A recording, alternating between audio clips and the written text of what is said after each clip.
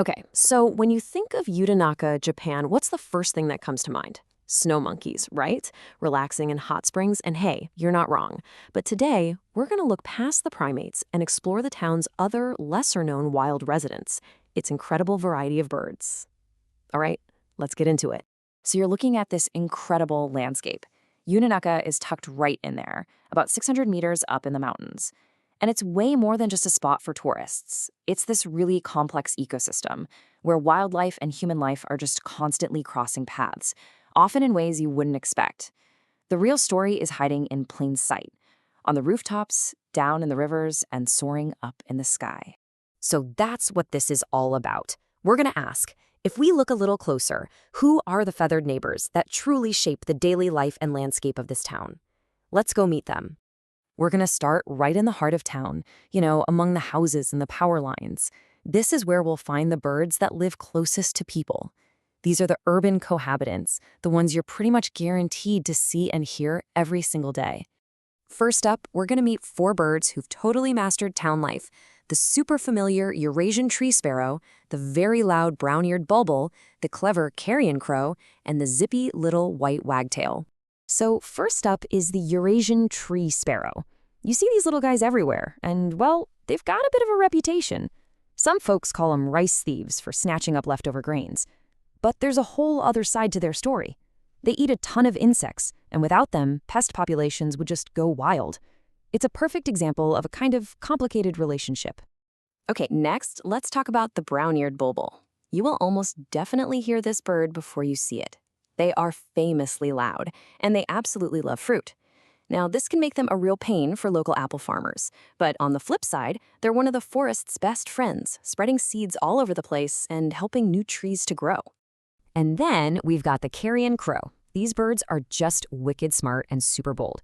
I mean, yeah, they're notorious for making a mess, cleverly ripping open garbage bags, but here's the other side of that coin. They are nature's cleanup crew. Their job of clearing away carrion is absolutely vital for keeping the entire ecosystem healthy. Our last city dweller is the tiny, fast-moving white wagtail. These birds are always on the go, constantly wagging their tails as they walk. And this just brilliantly shows how close they live to people. You'll see them in parking lots, open spaces, and yup, even right outside the local 7-Eleven. They're way closer than you think. Okay, so let's shift gears. We're going to leave the downtown buzz and head to the river, which is really the lifeblood of this whole valley.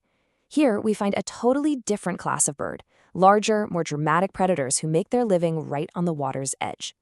Along the river, we're going to run into a whole new crew of characters: the skilled great cormorant, the elegant great egret, the kind of prehistoric-looking gray heron, and the surprisingly famous eastern spot-billed duck. The great cormorant is an absolute pro at catching fish. As a natural predator, it plays a huge role in keeping the river's fish populations balanced. But that skill, well, that's what gets it into hot water with local fish farmers, who see it as a direct competitor for their valuable fish. And speaking of predators, check out the great egret. It's just stunning, right? Tall, pure white, incredibly graceful, a photographer's dream. But don't let those elegant looks fool you. It's also a super effective hunter, stalking fish not just in the river, but sometimes in nearby farm ponds, too. Okay, now for a bird that will literally make you stop in your tracks: the gray heron. The first time you see one, you just might not believe your eyes. They are unbelievably large and so patient, standing perfectly still in the water before striking a fish with lightning speed. And that brings us to this description, which I think just nails it. There's something truly ancient about them. Their sheer size and their silent, deliberate movements, it gives them this almost prehistoric presence along the river. They are so much bigger than you expect. And finally, down here at the river, a familiar face with a pretty cool claim to fame. These are eastern spot-billed ducks, and yep, these are the exact same species you can see swimming in the moats of the Imperial Palace in Tokyo. It's a quiet little reminder that you can find a touch of celebrity wildlife right here, often completely unnoticed. All right, for our last chapter, we're going to change our perspective. Let's look up to the sky and the fields, because some birds don't just live in the scenery.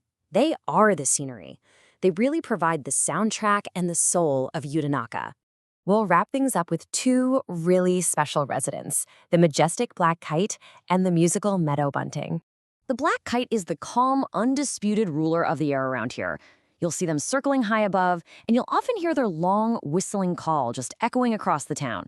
But what's so cool is that while they seem so wild and majestic, they're also completely at home in the modern world, perfectly comfortable perched on a power line or a street light. And finally, we have the small but proud meadow bunting.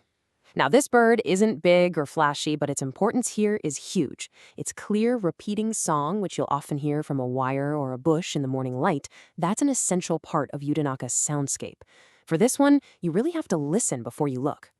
So when you put it all together, from the rice thief that's also a pest controller to that elegant predator down at the river, you see that Yudanaka is this amazing world of coexistence. These 10 species show us that the line between human space and wild space is beautifully and complicatedly blurred.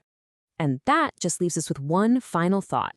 Every town, every city has a story just like this one, written by the wildlife that lives right alongside us. So the next time you step outside, maybe just take a moment to look and listen. Who are the wild neighbors in your town?